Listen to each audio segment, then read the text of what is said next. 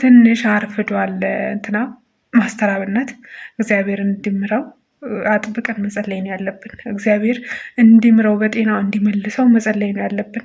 መድኃኒቱም ይመስለኛል ሰውነቱ በጣም ከስቷል። እንግዲህ እንደምታዩት በጣም አስፈሪ ሁኔታ ላይ ነው ያለው።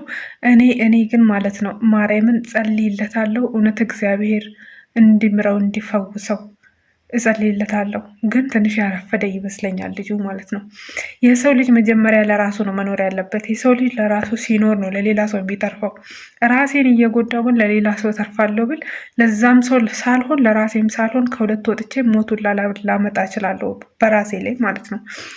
ስለዚህ ትንሽ አርፍዷል እንትና ማስተራብነት እግዚአብሔር እንዲምረው አጥብቀን መጸለይ ነው ያለብን። እግዚአብሔር እንዲምረው በጤናው እንዲመልሰው መጸለይ ነው ያለብን። እንግዲህ ትላንትናም ዛሬም አልጋ ላይ ነሽ ወይ እንዳትሉኝ ገና አሁን መግባቴ ነው። አረፍ ጎኔን ለማሳረፍ ትንሽ ጋደም ብዬ ነው ማለት ነው። ደግሞ ክላሴ ስገባ ነው ካሜራው ራሱ ጥርት የሚለው። ሪንግ ላይት የለ ምን የለ ባሳያችሁ ማለት ነው። ፏ ጥርት ይላል እና ለዚህ ነው የወደድኩት። ትላንትና ካሜራ ላይ ሳየው ምንም ሪንግ ላይት አያስፈልገውም ክላሴ ማለት ነው።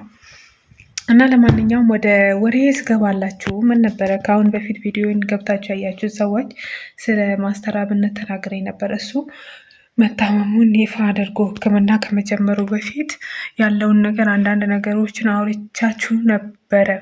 ልጁ ታሟል። ለምንድን ነው ዝም ያላችሁት? ለምንድን ነው እሱ ጋር ያላችሁ ሰዎች፣ በእሱ አቅራቢያ ያላችሁ ሰዎች ለምንድን ነው እንክብካቤ አድርጋችሁለት ሕክምና ተደርጎለት ለምንድን ነው እረፍት የማይወስደው የሚል ንግግርን አድርጌ ነበር። ገብታችሁ ካላያችሁ ማለት ነው።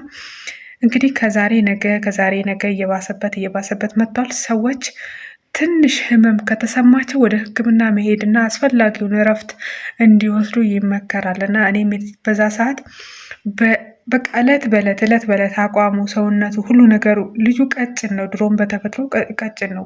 ምንም የሚታይበት የሆነ ሰውነቱ ቀነሰ ከሳ የምትሉት ልጅ አይደለም። ግን አለ አይደለም ከወዙ ከብዙ ነገሮቹ ህመም እንዳለበት ያስታወቅ ነበርና ይሄ ልጅ ለኢትዮጵያ ሕዝብ ደግሞ በጣም አስፈላጊ ሰው ነው። ስለዚህ እንክብካቤ ያስፈልገዋልና በእሱ አቅራቢያ ያላችሁ ሰዎች ይህንን ልጅ ተንከባከቡልን። ይታከም፣ ሳያመው አይቀርም፣ እረፍት ይውሰድ ምናምን ብዬ ተናግሬ ነበር። አይታችሁ ከሆነ ቪዲዮውን ማለት ነው ከብታችሁት። ስለዚህ ዛሬ በለቀቀው ቪዲዮ ላይ ደግሞ በእውነት በጣም አዝኛለሁ። እውነት ለመናገር ከመጀመሪያው ካለበት መድኃኒቱም ይመስለኛል ሰውነቱ በጣም ከስቷል። እንግዲህ እንደምታዩት በጣም አስፈሪ ሁኔታ ላይ ነው ያለው።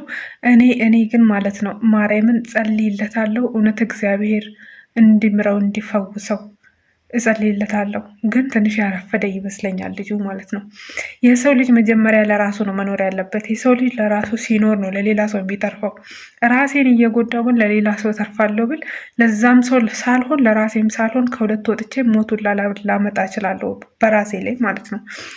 ስለዚህ ትንሽ አርፍዷል እንትና ማስተራብነት እግዚአብሔር እንዲምረው አጥብቀን መጸለይ ነው ያለብን። እግዚአብሔር እንዲምረው በጤናው እንዲመልሰው መጸለይ ነው ያለብን።